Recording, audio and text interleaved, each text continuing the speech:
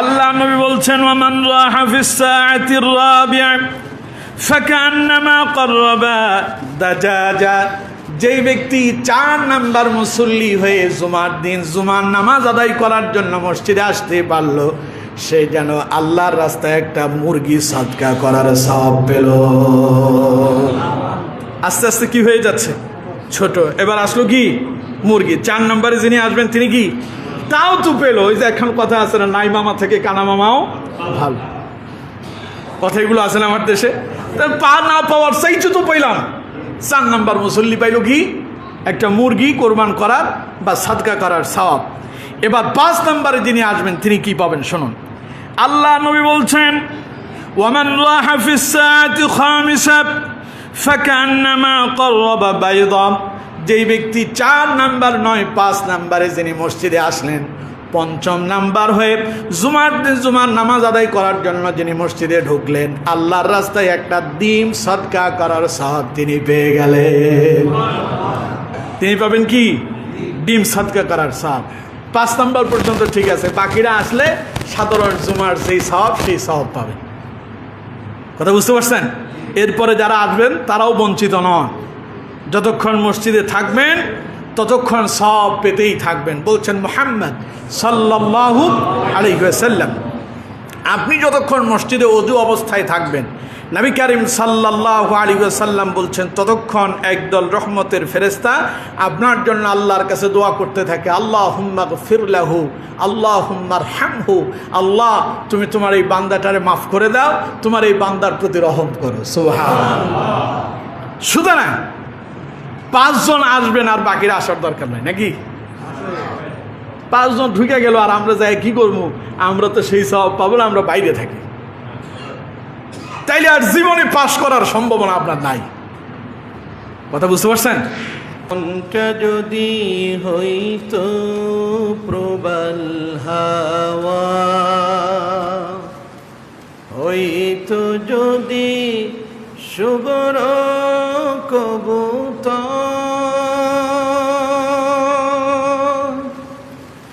মেঘের ডানায় পাঠিয়ে দিতাম, মেঘের ডানায় পাঠিয়ে দিতাম মদিনার ওই পথে, যেথায় আমার প্রিয় নবী ঘুমায় নিরন্তর, যেথায় আমার প্রিয় নবী ঘুমায় নিরন্তর। আল্লাহুম্মা সাল্লি আলা সাইয়্যিদিনা মাওলানা মুহাম্মদ ওয়া আলা আলি সাইয়্যিদিনা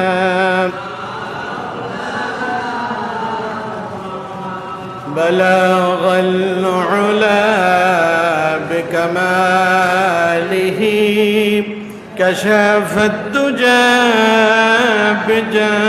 بجماله، حسنت جميع خصاله، صلوا عليه نسيم جانب بتها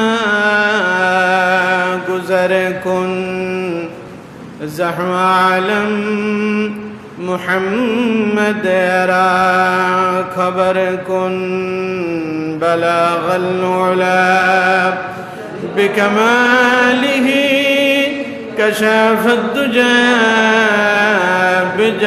بجماله، حسنت جميع خصاله، صلوا عليه। আমরা মহান আল্লাহ সুবহানাহু ওয়া তাআলার দরবারে মস্তক অবনত চিত্তে সুজুদ পেশ করছি, যে মহান মুনিব আমাদেরকে হাজার ব্যস্ততা হাজার ব্যাকুলতা থেকে বিরত করে আজকের পবিত্র জুমাবারে সপ্তাহের শ্রেষ্ঠতম দিবস সৈয়দুল আইয়াম আজকের এই দিনে আল্লাহ পাকের ডাকে সাড়া দিয়ে তার পবিত্র গৃহে আসার বসার, আমাকে আল্লাহ পাকের পবিত্র কোরআন, বিশ্বনবী রাসূল করিম সাল্লাল্লাহু আলাইহি ওয়াসাল্লামের হাদিস থেকে কিছু কথা বলার আর আপনাদেরকে শোনার জন্য তৌফিক এনায়েত করেছেন। এজন্য মহান মনিবের প্রতি অন্তরের অন্তঃস্থল থেকে শুকরিয়া আদায় করছি। সকলে চিৎকার মেরে মোহাব্বতের সাথে পড়ছে আলহামদুলিল্লাহ। আর একটু আওয়াজ দিয়া পড়ুন আলহামদুলিল্লাহ। পড়ুন রব্বানা লাকাল হামদ হামদান কাসীরান طيبا مباركا فيه يا ربي لك الحمد كما ينبغي لجلال وجهك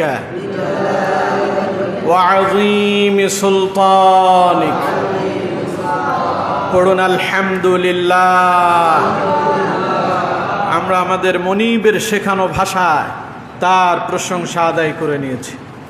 প্রিয় বন্ধুগণ, জুমার দিনটা এটা সাধারণ দিনের মতো না, এর গুরুত্ব এবং এর তাৎপর্য, এর মর্যাদা অনেক বেশি। সাধারণ দিনের চাইতে জুমার দিনের মর্যাদা আর সম্মান কি বেশি। এই দিনটাকে আল্লাহ তাআলা অত্যন্ত গুরুত্বপূর্ণ দিন হিসেবে আমাদের জন্য দিয়েছেন। নবী করিম সাল্লাল্লাহু আলাইহি ওয়াসাল্লাম এই দিনকে সপ্তাহের শ্রেষ্ঠতম দিবস বলেছেন। এমনকি কোরআনুল কারীমের 114 সূরার একটি সূরার নামও এই দিনের নামকরণে আল্লাহ তাআলা তৈরি করেছেন। সুবহানাল্লাহ। কোন সূরার নাম? সূরাতুল জুমআহ। সূরার নাম কি? সূরাতুল জুমআহ। এই সূরার 9 নম্বর আয়াতে কারিমার ভেতরে এই দিনের একটু গুরুত্ব আল্লাহ তাআলা তুলে ধরেছেন। আল্লাহ রাব্বুল আলামিন এই দিন সম্পর্কে বলছেন। আল্লাহ পাক বলছেন, ইয়া আইয়ুহাল্লাযীনা আমানু ইযা নুদিয়া লিস-সালাতি মিন ইয়াউমিল জুমআহ ফাসআউ ইলা যিকরিল্লাহি ওয়া যারুল বাই'। ذلكم خير لكم إن كنتم تعلمون।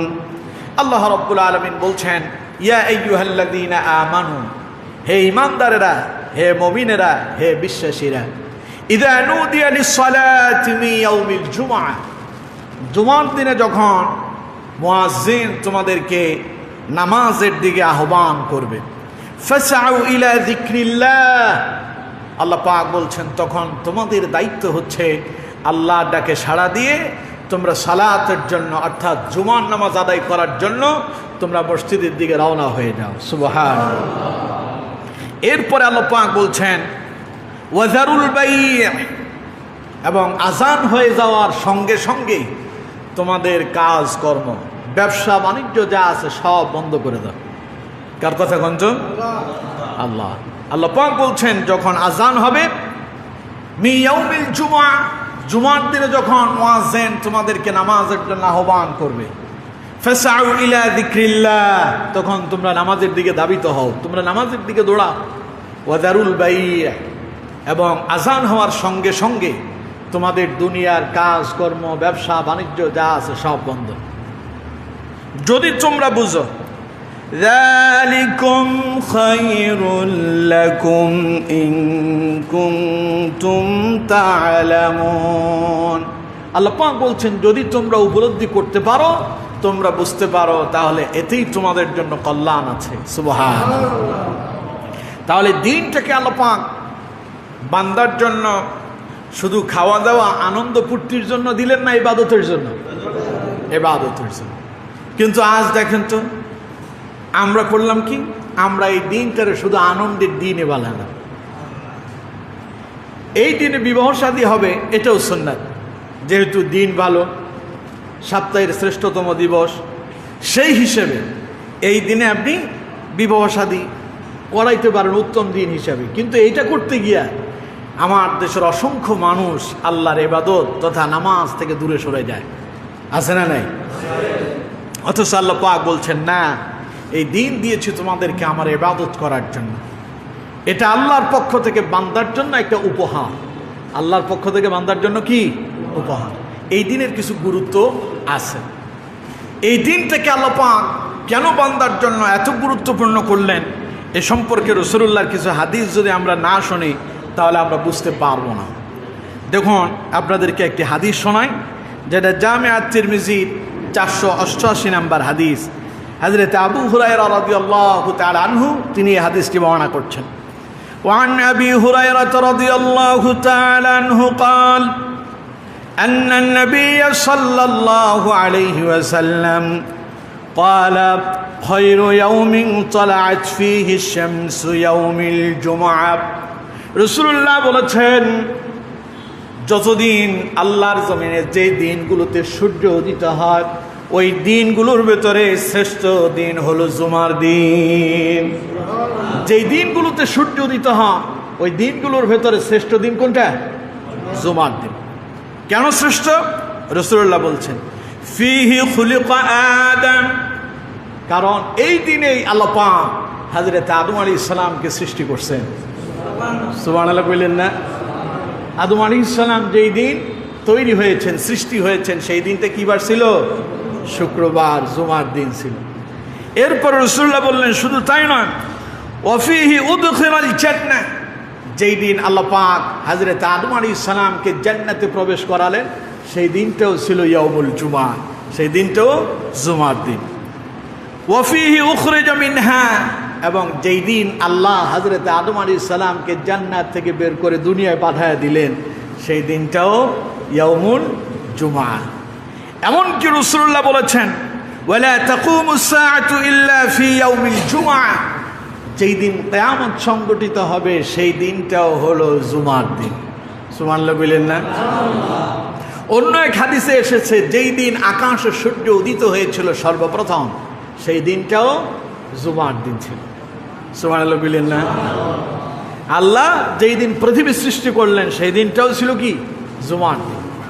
সুতরাং জুমার দিন আল্লাহ রাব্বুল আলামিন বান্দার জন্য একটি ইবাদতের উত্তম এবং সবচাইতে শ্রেষ্ঠতম সময় করে প্রেরণ করেছেন। সুবহানাল্লাহ। এই দিনে আদম আলাইহিস সালাম সৃষ্টি হয়েছেন, এই দিনে আদম আলাইহিস সালাম জান্নাতে প্রবেশ করেছেন, এই দিনে আদম আলাইহিস সালাম দুনিয়ায় এসেছেন, এবং এই দিনেই আবার এই পৃথিবীটাকে আল্লাহ তাআলা শেষ করে দেবেন। পৃথিবীর কি ধ্বংস অনিবার্য, যেই দিনে পৃথিবী ধ্বংস হবে সেই দিনও জুমার দিনই হবে। তাহলে এটা হলো সপ্তাহের শ্রেষ্ঠতম দিন। এরপরে আরেকটি হাদিস আপনাদেরকে শোনায়। রাসূলুল্লাহ যে বললেন যে দিনটা সপ্তাহের শ্রেষ্ঠতম দিন, কেন বললেন? কারণ কোরআনুল কারীমে আল্লাহ পাক বলছেন, বান্দা যখন তোমাদেরকে মুয়াজ্জিন জুমার দিনে নামাজের জন্য আহ্বান করবে, জুমার নামাজের জন্য আহ্বান করবে, মি ইয়াউমিল জুমআ ফাসআউ ইলা যিকরিল্লাহ, তখন তোমরা আল্লাহর জিকির তথা নামাজের দিকে তোমরা দাবিত হও। কেন? আপনি আসলে কি লাভ হবে?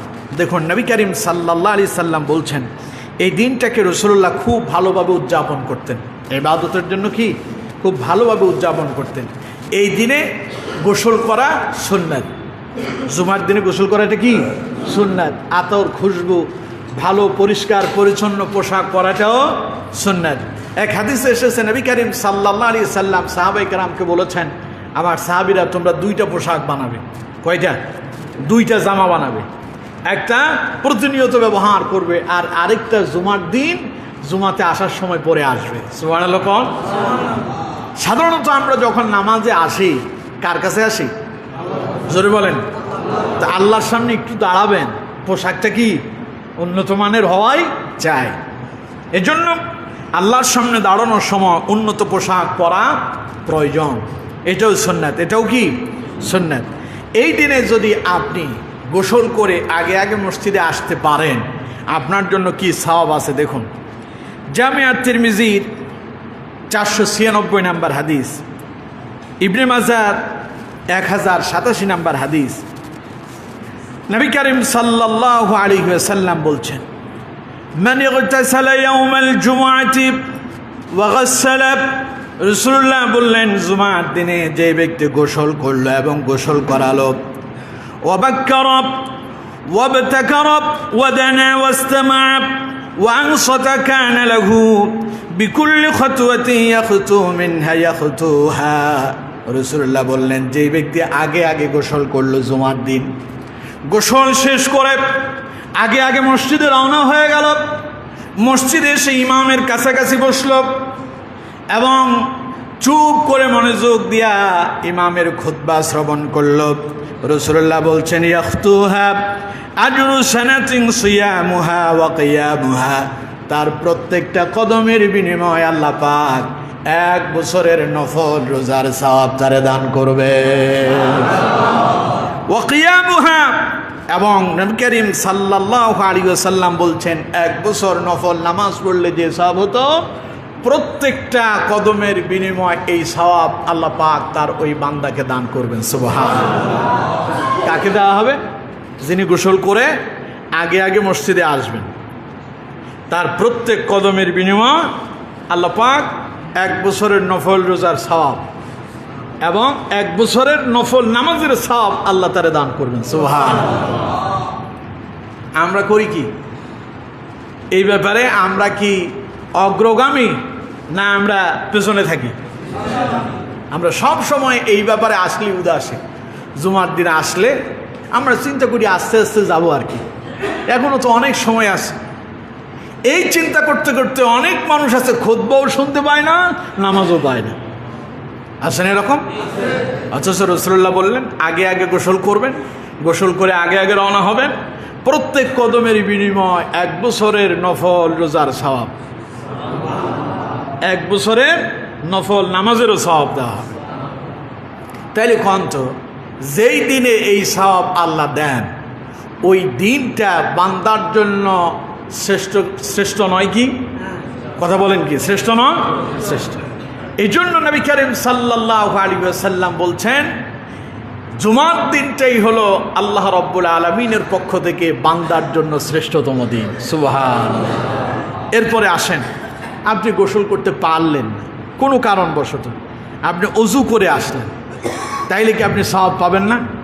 সওয়াব পাবেন। কেমন সওয়াব পাবেন দেখুন, এটা জামিআ তিরমিজির 4098 নম্বর হাদিস, ইবনে মাজার 1090 নম্বর হাদিস। এই হাদিসটিও হযরত আবু হুরায়রা রাদিয়াল্লাহু তাআলা আনহু তিনি বর্ণনা করছেন।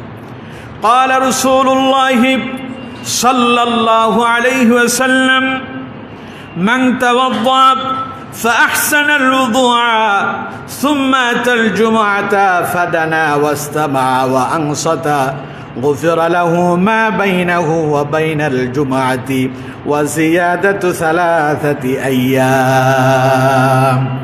আল্লাহ নবী বলছেন মান তাওয়াদ্দা ফাআহসানাল ওযু, জুমার দিনে যেই ব্যক্তি উত্তম রূপে ওযু করল, সুম্মা আতাল জুমাতা, এবং জুমার নামাজের দিকে রওনা হয়ে গেল, জুমা আদায় করার জন্য রওনা হলো, ফাদানা ওয়াস্তামা ওয়া আনসাতা, এবং ইমামের নিকটবর্তী এসে বসলো, চুপ করে মনোযোগ দিয়ে খুতবা শুনলো, গফিরা লাহু মা বাইনাহু ওয়া বাইনাল জুমআ, আল্লাহ রাব্বুল আলামিন এই জুমা থেকে শুরু করে পরবর্তী জুমা পর্যন্ত তার সব গুনাহ আল্লাহ মাফ করে দেন। ওয়া জিয়াদাতু 3 আইয়াম, শুধু তাই নয়, রাসূলুল্লাহ বললেন ওয়া জিয়াদাতু 3 আইয়াম, এবং আরো 3 দিনের গুনাহ আল্লাহ মাফ করে দেন। জুমার দিনে কি করবেন? অজু করে আগে আগে মসজিদে এসে যান, ইমামের নিকটবর্তী হয়ে বসেন, খুতবা চলাকালীন কথা চলবে না। নিষেধ করছেন কে? খুতবা চলাকালীন সময় কথা বলা যাবে না, খুতবাটাও নামাজের মতো বলছেন মুহাম্মদ সাল্লাল্লাহু আলাইহি ওয়াসাল্লাম। এজন্য হাদিসে এসেছে যখন খুতবা চলবে লা সালাতা ওয়ালা কালামা, না কথা চলবে না নামাজ চলবে। কেউ কথা বলতেছে, আপনি তাকে বারণও করতে পারবেন না, এই কথা বলিও না, এই কথাও বলা যাবে না। খুতবা চলাকালীন সময় ইশারা দিয়েও নিষেধ করা যাবে না। নামাজের ভেতরে কেউ কথা বলতেছে, আপনি তার ইশারা দিয়ে নিষেধ করতে পারবেন? কথা কয় না, পারবেন?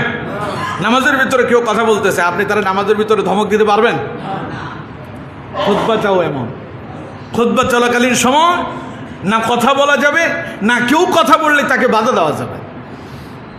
তার মানে সকলেই চুপ করে খুতবা শ্রবণ করতে হবে। খুতবা শোনা, জুমার দিনের খুতবা শোনা ওয়াজিব। জুমার দিনের খুতবা শোনা কি ওয়াজিব। এখন আপনারা তো অনেকেই খুতবা শুনেনি না, আছে না এরকম মানুষ? উনি আইসা কোনো রকম 2 রাকাত মানে কি যে একটা তাড়াহুড়ো করতেছে, মনে হয় যে নামাজটা তার জন্য একটা আযাব। পেছনে আসলো 2 রাকাত সেজদা 2টা মাইরা দিয়া মুসল্লির ঘাড়ের উপরে সালাম ফেরানোর দেরি, ওর দৌড়াতে দেরি নেই, আছে না নাই? তাইলে আপনি কি সেই সওয়াব পাবেন? না। আসতে হবে, ইমামের নিকটে বসতে হবে, খুতবা শ্রবণ করতে হবে চুপ করে, না কথা বলা যাবে, না অন্য মনস্ক হওয়া যাবে। কান খাড়া করে দিতে হবে, মনোযোগ দিয়া কথাগুলো শ্রবণ করতে হবে। যদি করতে পারেন, নবী করিম সাল্লাল্লাহু আলাইহি ওয়াসাল্লাম বলছেন, গুফিরা লাহু মা বাইনাহু ওয়া বাইনাল জুমআতি ওয়া জিয়াদাতু 3 আইয়াম।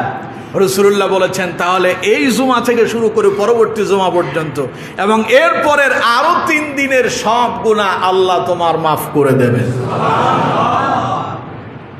সুতরাং এই আমল চুকুন করতে পারবো না আমরা? আল্লাহ আমাদেরকে তৌফিক দান করুন, আমরা পড়ি আমিন। আমার বন্ধুগণ, জুমার দিনে যারা আগে আগে মসজিদে আসবেন তাদের জন্য সওয়াব আছে এর চাইতে আরও বেশি। কেমন সওয়াব? এই হাদিসটি বুখারী শরীফে 8881 নম্বর হাদিস, তিরমিজি 499 নম্বর হাদিস, ইবনে মাজার 1092 নম্বর হাদিস। নবী করিম সাল্লাল্লাহু আলাইহি ওয়াসাল্লামের প্রিয় সাহাবী হযরত আবু হুরায়রা রাদিয়াল্লাহু তাআলা আনহু তিনি হাদিসটি বর্ণনা করছেন। وعن أبي هريرة رضي الله تعالى عنه قال أن رسول الله صلى الله عليه وسلم من اغتسل يوم الجمعة غسل الجنابة। রাসূলুল্লাহ বলেছেন, যেই ব্যক্তি জুমার দিনে গোসল করলো, গোসলটা হলো ফরজ গোসল। অর্থাৎ আপনি যখন গোসল আপনার উপরে যখন ফরজ হয়ে যায়, ওই ফরজ গোসলের ন্যায় যেই ব্যক্তি জুমার দিনে গোসলটা আদায় করতে পারল, রাসূলুল্লাহ বলেছেন, সুম্মা রাহা ফাকান্নামা ক্বাররাবা বাদানা।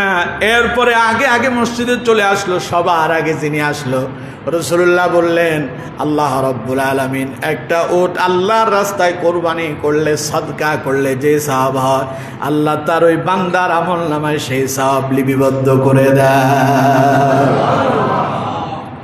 যিনি ফরজ গোসলের ন্যায় গোসল করবেন, গোসল করে সবার আগে মসজিদে যিনি আসবেন, কথা বুঝতেছেন আমার? সবার আগে যিনি আসবেন, নবী করিম সাল্লাল্লাহু আলাইহি ওয়াসাল্লাম বলছেন, ফাকান্নামা ক্বাররাবা বাদানা, সে যেন আল্লাহর রাস্তায় একটা উট কোরবান করে দিল। একটা উট কিনতে পারবেন? কথা কয় না। আর কিনে আবার ওইটা আল্লাহর রাস্তায় কোরবান করতে পারবেন? কিনার আপনার সামর্থ্য আছে, এই জন্য কয়েকজন আসতে কইছে না, বাকিরা চিন্তা করছে আমার তো ক্ষমতা আছে আপনার ক্ষমতা, ভালো কথা, কিনা ওইটা আল্লাহর জন্য আবার সদকা করে দিবেন, পারবেন? সেটা আর পারবেন না। কয়েকজনে বলছে ইনশাআল্লাহ, আল্লাহ তৌফিক দেখ, আমিন কন। শুক্রবার জুমার দিন ওনারা মসজিদের দান বক্সে 10 টাকা দিতে পারে না, আছে না এরকম পড়া কবরওয়ালা? ওর 10 টাকা মসজিদের দান বাক্সে ঢুকে না সপ্তাহে একবার, ও আবার একটা উট কিনা আল্লাহর রাস্তায় সদকা করবে। এত সহজ কথা? হ্যাঁ, খামোখা লাফাইয়া লাভ নাই, জোশের ঠেলায় হুঁশ হারাইয়েন না, হিসাব নিকাশ করে কথা কই, কথা বুঝতেছেন? একটা উট কিনা আল্লাহর রাস্তায় দান করে দেওয়া এটা সবার পক্ষে সম্ভব নয়, কিন্তু জুমার দিন সবার আগে মসজিদে এসে যান, আসার সময় আল্লাহর কাছে দোয়া করবেন, আল্লাহ আমি বের হয়ে গেলাম। তোমার রাস্তায় একটা উট কোরবানি করার মতো ক্ষমতা কিন্তু আমার নাই। তোমার রসুল বলেছেন সবার আগে জুমার দিন যিনি মসজিদে যেতে পারবেন তার নাকি সওয়াব হবে এই পরিমাণ যে আল্লাহর রাস্তায় একটা উট কোরবান করার সওয়াব, তুমি আমার সেই সওয়াব দান করো। এই কথা মনে মনে চিন্তা করবেন, মসজিদে সবার আগে এসে হাজির হয়ে যাবেন। আপনার আমল নামায় এই সওয়াব যিনি দান করবেন তিনি কে? এই আমল চুকুন করতে পারবেন? আল্লাহ তৌফিক দান করুন, বলুন আমিন। এটা উট তো আর কোরবান করতে পারবেন না, বিলাইতে পারবেন না, সদকা করতে পারবেন না, কিন্তু সবার আগে মসজিদে আসতে তো পারবেন। এটা পারবেন না?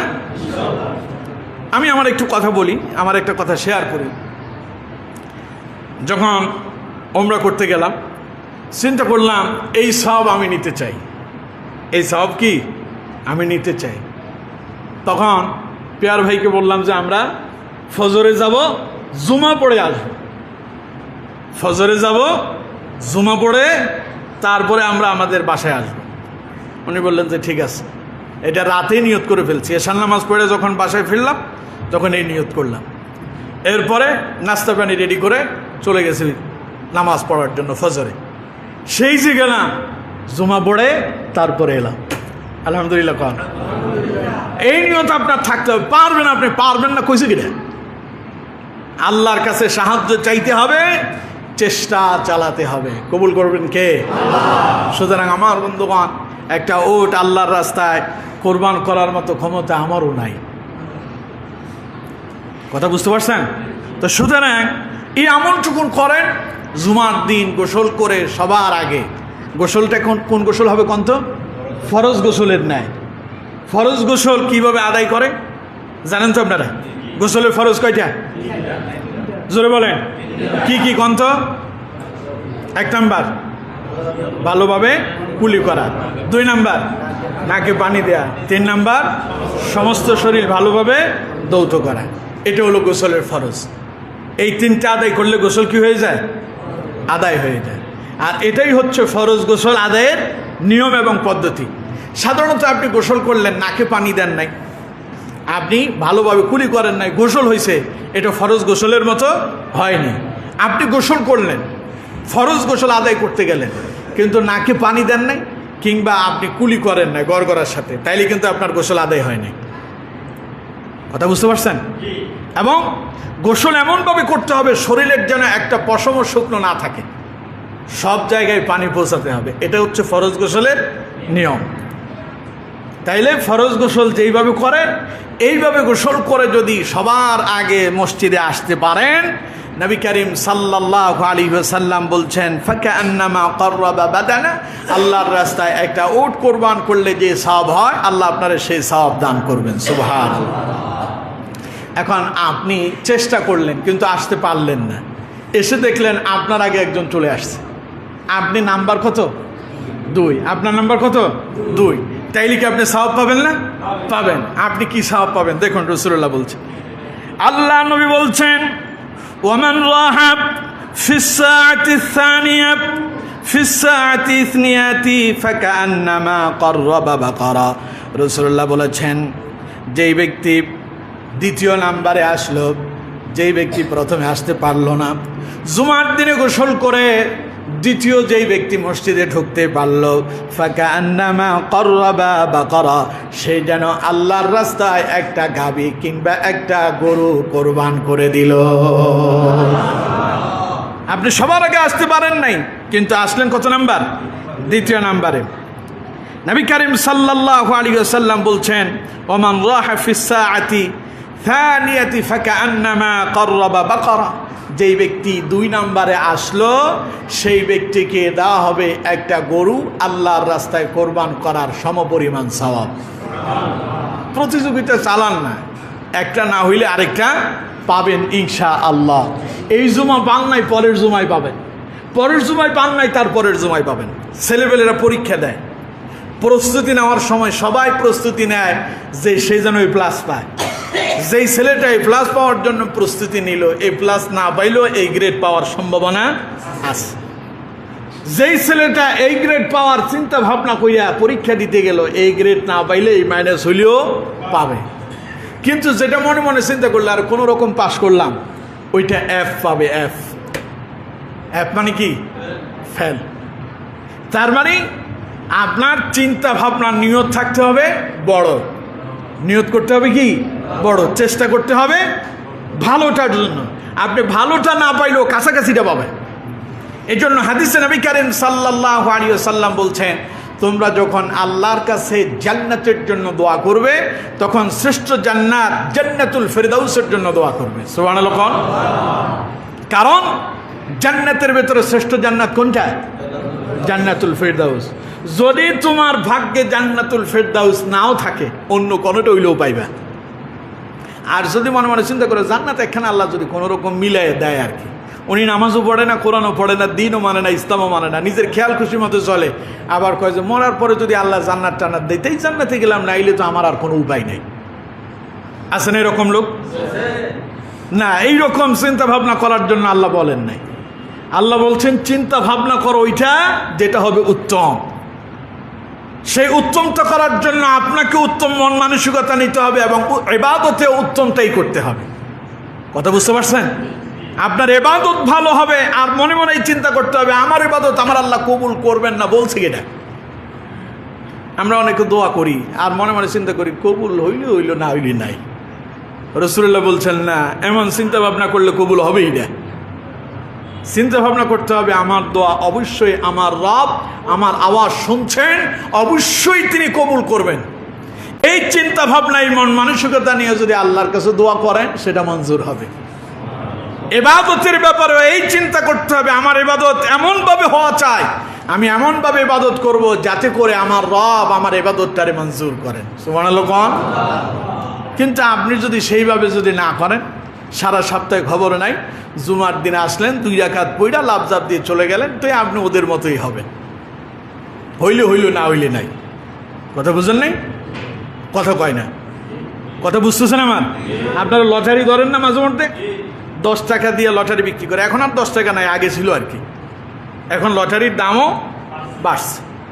তো এখন লটারি যারা বিক্রি করে তারা বলে ভাগ্যে যদি লেগে যায় আপনিও পেয়ে যেতে পারেন 50 লক্ষ টাকা। এখন আপনি ভাগ্য যাচাই করতেছেন, ওরাও বলতেছে ভাগ্য যাচাই করেন, আপনিও ভাগ্য যাচাই করতেছেন। তবে লটারি ধরা হারাম। লটারি ধরা কি হারাম? কে করেছেন? আল্লাহ বলছেন ইয়া আইয়ুহাল্লাযীনা আমানু ইন্নামাল খামরু ওয়াল মাইসিরু ওয়াল আনসাব ওয়াল আজলাম। মদ পান করা মদ পান করা, মূর্তি পূজা করা, লটারি ধরা, ভাগ্য গণনা করা আর কি। কে বলেছেন? সুতরাং এই কাজ যারা করেন তারা হারাম করতেছে। এখন উদাহরণ দেওয়ার জন্য বলতেছি আর কি, এই যে ভাগ্য যাচাই করার জন্য আপনি লটারি ধরলেন, লাগলে লাগলো, না লাগলে নাই, টাকাটা হয় কাজে আসলো, না হলে জলে গেল নাকি? হয় যদি লেগে যায় তুই তো পাইলাম, আর না হলে টাকা জলে গেল, এইভাবে আপনারা ফেলে দেন। তো অনেকেরই লাগে না। লটারি বিক্রি হলো কয়েক লক্ষ টাকা, পুরস্কার পেল 50,000 টাকা, হয় না? মোটর সাইকেল একখান দিয়েছে 50,000 টাকা, বা বেশি হলে 1 লাখ টাকাই হইতে পারে। কিন্তু তিনি লটারি বিক্রি করে আপনার থেকে 5 লাখ টাকা নিয়ে গেছে, তো 1 লাখ টাকা দিলে তো তার অসুবিধা নাই। এখন আপনি মনে করতেছেন আপনি পেয়ে গেলেন আর কি। তো চাইলে লটারি ধরে 99 জন ফেল করে, পাস করে কয়জন? তাহলে ইবাদতের ব্যাপারেও আপনার যদি মন মানসিকতা এই হয় লটারির মতো, লাগলে লাগলো, না লাগলে নাই, তাইলে আপনি আশা করেন 99 জনের ভিতরে আপনিও একজন। কথা বুঝতে পারছেন? সুতরাং ইবাদতটা এমনভাবে হতে হবে যে আমি যেন যাচাই করা বাছাই করা ওই একজন হতে পারি, আল্লাহর প্রিয় হয়ে আল্লাহর জান্নাতের মেহমান হয়ে যেতে পারি। এই চিন্তা, এই মন মানসিকতা নিয়ে যদি ইবাদত করেন, ইনশাআল্লাহ আপনি কামিয়াব হবেন। করতে পারবেন তো? আল্লাহ তৌফিক দান করুন, আমরা বলি আমিন। তাহলে প্রথম যিনি জুমার দিন সবার আগে মসজিদে আসবেন যিনি, তিনি পাবেন একটা উট কোরবান করার সওয়াব। দ্বিতীয় নম্বরে যিনি আসবেন তিনি পাবেন একটা গরু বা একটা গাভী আল্লাহর রাস্তায় কোরবান করার সওয়াব। এখন আপনি 2 নাম্বারেও নাই, আপনি 3 নাম্বার। আপনি কত নাম্বার? 3 নাম্বার। 3 নাম্বারেরও পুরস্কার আছে। যারা পরীক্ষা দেয় 1st, 2nd, 3rd, এরপরে আরও 2 জন, মোটামুটি 5 জনের একটা পুরস্কার দেয়, দেয় না? আল্লাহ রসুল করিম সাল্লাল্লাহু আলাইহি সাল্লাম এই হাদিসের ভেতরে এরকম 5টা পুরস্কার ঘোষণা করছেন। সুবহানাল্লাহ। 1 নাম্বার, যিনি ফার্স্ট ক্লাস হবেন, সবার আগে আসবেন, তিনি পাবেন উট কোরবানের সওয়াব। দ্বিতীয় স্থান যিনি অধিকার করবেন, তিনি পাবেন একটা গরু কোরবানের সওয়াব। এবার 3য় নাম্বার আসেন। আল্লাহ নবী বলছেন, ওয়ামান রাহা ফিস সাআতি الثالثة فكأنما قرب كبشا أقرين। রাসূলুল্লাহ বলেছেন, যেই ব্যক্তি 3 নম্বরে আসলো, 3য় নম্বরে যেই ব্যক্তি জুমার দিন মসজিদে আসতে পারলো জুমার নামাজ আদায় করার জন্য, ফাকান্নামা কররাবা কাবশান আকরান, রাসূলুল্লাহ বললেন শিং বিশিষ্ট আল্লাহর রাস্তায় একটা দুম্বা কোরবান করার সওয়াব আল্লাহ তারে দান করবে। পুরস্কারের সিস্টেম এইটা। পুরস্কারের সিস্টেমটাই কি এরকম যে ফার্স্ট ক্লাস পায় তার পুরস্কার হয় সবচেয়ে উন্নত, যিনি 2য় স্থান পান তারটা আরেকটু নিম্নমানের, 3 নম্বরে গেলে আরেকটু নিম্নমানের, যত নিচে যাবে তত কি নিম্নমানেরই হবে। এখন রাসূল করিম সাল্লাল্লাহু আলাইহি ওয়াসাল্লাম বলছেন, জুমার দিন তিনি জুমার নামাজ আদায় করার জন্য 3য় নাম্বার মুসল্লি হয়ে মসজিদে আসলো, 3য় নাম্বার ব্যক্তি যিনি হবেন, রাসূল করিম সাল্লাল্লাহু আলাইহি সাল্লাম বলছেন সেই ব্যক্তি যেন আল্লাহর রাস্তায় শিং বিশিষ্ট একটা দুম্বা আল্লাহর রাস্তায় কোরবান করার সওয়াব পেয়ে গেল। সুবহানাল্লাহ। এবার আসেন 4 নাম্বার যিনি আসবেন তার কি হবে? তাহলে জুমার দিনে আগে আগে মসজিদে আসার দরকার আছে না নাই? আরো জোরে বলেন। এখন যেই সমস্ত ফেরেশতারা আপনাদের এই আমলগুলো লিপিবদ্ধ করেন, ওই ফেরেশতাদের এবার কাজ শেষ, কারণ মুসল্লি এসে গেল, সওয়াবও লিপিবদ্ধ হয়ে গেল। এরপরে কি হবে শোনেন। আল্লাহ নবী বলছেন, ফাইদা খরাজাল ইমাম, অতঃপর ইমাম বেরিয়ে আসলো খুতবা দেওয়ার জন্য, হাদারাতিল মালাইকাতু ইয়াসতামিউনা যিকরা, তখন ফেরেশতারা উপস্থিত হয়ে যায় ইমামের খুতবা শোনার জন্য। ইমামের খুতবা শোনার জন্য ফেরেশতারা এসে যায়। বলছেন মুহাম্মদ সাল্লাল্লাহু আলাইহি ওয়াসাল্লাম। হাদিসটা কোন কিতাবের বলেছিলাম? বুখারী। ভুলে গেছেন আপনারা? হাদিসটা কোন কিতাবের? বুখারীর 881 নাম্বার হাদিস এবং জামিয়া তিরমিজি 499 নাম্বার হাদিস, ইবনে মাজার 1092 নাম্বার হাদিস। যেই ব্যক্তি সবার আগে মসজিদে আসবেন জুমার দিন, তিনি একটা উট কোরবান করার সওয়াব পাবেন। 2য় নম্বরে যিনি আসবেন একটা গরু কোরবান করার সওয়াব পাবেন। 3য় নম্বরে যিনি আসবেন একটা দুম্বা, শিং বিশিষ্ট একটা দুম্বা আল্লাহর রাস্তায় কোরবান করার সওয়াব পাবেন। 4র্থ নম্বরে যিনি আসবেন আল্লাহর রাস্তায় একটা মুরগি সদকা করার সওয়াব পাবেন। 5ম নম্বরে যিনি আসবেন তিনি একটা ডিম সদকার সওয়াব পাবেন। এবং এরপরে যারা আসবেন স্বাভাবিক সওয়াব যেটা সেটা পেতে থাকবেন। এমনকি রাসূল করিম সাল্লাল্লাহু আলাইহি ওয়াসাল্লাম বলছেন, যখন ইমাম মিম্বারে এসে যায় খুতবা দেওয়ার জন্য, তখন ফেরেশতারাও তাদের কার্যক্রম বন্ধ করে দিয়ে তারাও খুতবা শোনার জন্য বসে যায়। সুবহানাল্লাহ। অথচ আপনার খুতবা শোনার খবরই নেই। খুতবা চলে আপনি কথা বলেন, খুতবা চলে আপনি অন্য মনস্ক থাকেন, খুতবা চলে আপনি এখনো মসজিদে আসতে পারেন নাই, অথচ ফেরেশতারা এসে খুতবা শ্রবণ করতেছে। সুতরাং আমার বন্ধুগণ, জুমার দিন যিনি জুমার খুতবা শুনলেন না তার জুমা আদায় হলো না। কথা বুঝতে পারছেন? জুমার দিন যিনি খুতবা শুনবেন না তার জুমা আদায় হবে না, পরিষ্কার কথা। কারণ জুমার দিনের খুতবা শোনা কি বলেছি? ওয়াজিব, শুনতেই হবে, বাধ্যতামূলক। এটা না কথা বলা যাবে, না কেউ কথা বললে বাধা দেওয়া যাবে, না ইশারাতে নিষেধ করা যাবে। যেভাবে আছেন সেইভাবেই থাকেন, কারণ এখন আল্লাহর ইবাদত চলছে। সুবহানাল্লাহ বললেন না? সুতরাং আমার বন্ধুগণ, জুমার দিনে বাড়িঘর উদ্বোধন করতে গিয়ে, বিবাহ শাদী করাতে গিয়ে, এরপরে দোকানপাট উদ্বোধন করতে গিয়ে আমরা যারা এই নামাজ থেকে বঞ্চিত হলাম, এই ইবাদত থেকে আমরা যারা বঞ্চিত, আমরা তারা যেন চিরবঞ্চিত হয়ে গেলাম। সুযোগ সব সময় আসে না। সুযোগ কি জীবনে সব সময় আসে? ভাগ্য সব সময় ভালো যায় না, সময় সব সময় ভালো যায় না। আপনি মনে করতেছেন এই জুমায় যাব না, আগামী জুমায় যাব আর কি। এই যে আপনার চিন্তা ভাবনা, আগামী জুমা পর্যন্ত আপনি যে হায়াত পাবেন এটার কোনো গ্যারান্টি আছে? এখান থেকে বাড়ি পর্যন্ত পৌঁছাতে পারবেন এই গ্যারান্টি কি আছে? সুতরাং চিন্তা ভাবনাকে একটু পরিষ্কার করেন, নিজের ধ্যান ধারণা, নিজের মস্তিষ্ককে পরিবর্তন করেন, আল্লাহর ইবাদতের জন্য অগ্রগামী হয়ে যান, সামনে এগিয়ে যান। যত সামনে আগাবেন তত আল্লাহর রহমত আপনার নিকটবর্তী হবে। কেউ যদি আল্লাহর ইবাদত করার জন্য এক কদম সামনে এগিয়ে যায়, আল্লাহ তার ওই বান্দাটারে কাছে পাওয়ার জন্য এক হাত সামনে চলে যায়। আমার কথা, রাসূলুল্লাহর কথা, বুখারী মুসলিমের হাদিস।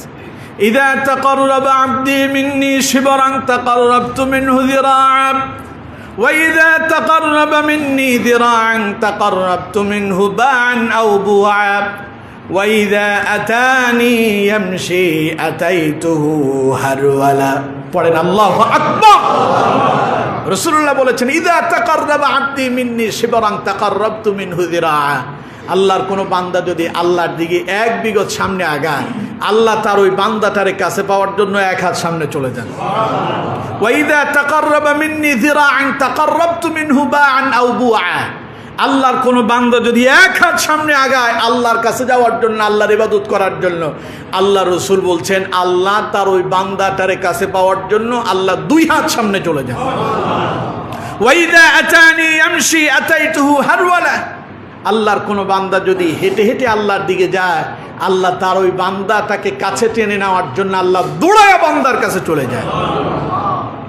সুতরাং আপনি যদি অগ্রগামী হন, আল্লাহ আপনাকে রহমত দিয়া আরো কাছে টেনে নেবেন। সুতরাং জুমার দিন হেলায় দুলাই নষ্ট করবেন না। ওইটা আপনার পিকনিকের জন্য দেওয়া হয় নাই, ওইটা আপনার বিবাহ শাদীর জন্য আল্লাহ দেন নাই, ওইটা আপনার আনন্দ উদযাপন খুশি করার জন্য আল্লাহ দেন নাই। আবার কথাটার অন্যদিকে নিয়ে না যে জুমার দিন তাহলে তো বিবাহ শাদী করানো যাবে না, হুজুর বলছে। কারণ অনেকেই পরে আসছেন, আগের কথা শোনেন নাই।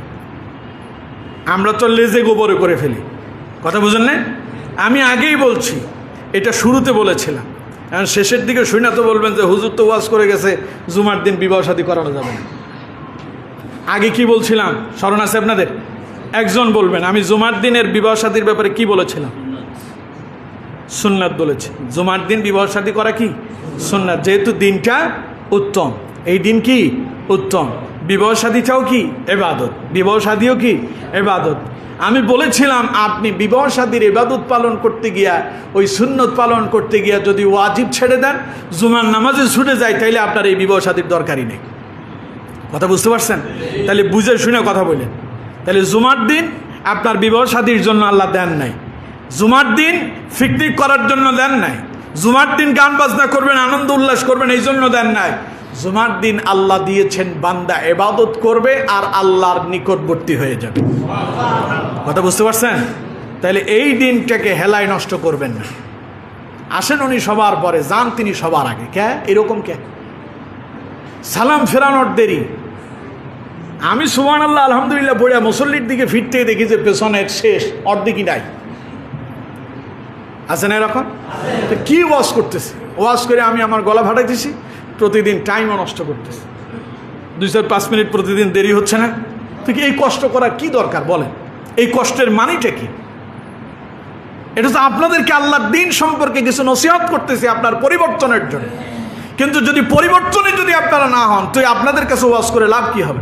মসজিদ বড় করলাম, মুসল্লি বাড়লো, লাভ কি হইলো? কিন্তু আপনার পরিবর্তন হইল না। 2 রাকাত নামাজ পড়ার জন্য বড় মসজিদের প্রয়োজন নাই, 5 ওয়াক্তের নামাজ পড়ার জন্য মসজিদের প্রয়োজন, ঠিক কিনা?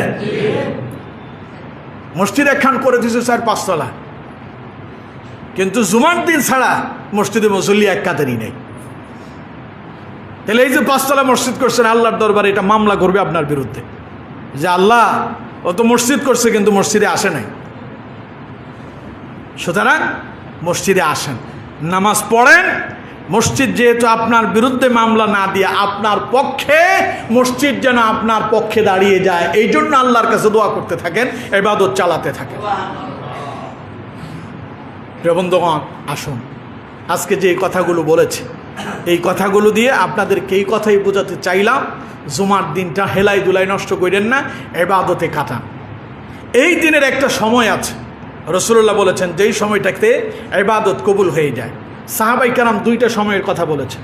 এই ব্যাপারে সাহাবাই কেরাম কয়টা সময়ের কথা বলছেন? দুইটা। একটা বলা হয়েছে জুমার দিন আজানের পর থেকে খুতবার আগ পর্যন্ত, এই সময়ের ভিতরে যে দোয়া করা হয় সে দোয়া কবুল হয়। আরেক জায়গায় বলা হলো আসরের পর থেকে মাগরিবের আগ পর্যন্ত, এই সময়ের ভিতরে জুমার দিন যে দোয়া করা হয় সে দোয়া কবুল হয়ে যায়। অন্য এক হাদিসে আসছে দুই খুতবার মাঝখানে আমরা একটু বিরতি দেয় না? এই বিরতির সময় ইস্তেগফার পড়বেন, আস্তাগফিরুল্লাহ রাব্বি মিন কুল্লি জামবি ওয়া আতুবু ইলাইহি। দোয়া করবেন আল্লাহ, আস্তাগফিরুল্লাহ মানে কি? ইস্তেগফার করা, আল্লাহ তুমি আমার ক্ষমা করো। এটা দোয়া, এটা কি দোয়া? এটা করবেন। এই সময় দোয়া আল্লাহ কবুল করেন। আসুন এই ইবাদতগুলো করার জন্য চেষ্টা করি। আল্লাহ পাক আমাদেরকে তৌফিক দান করুন।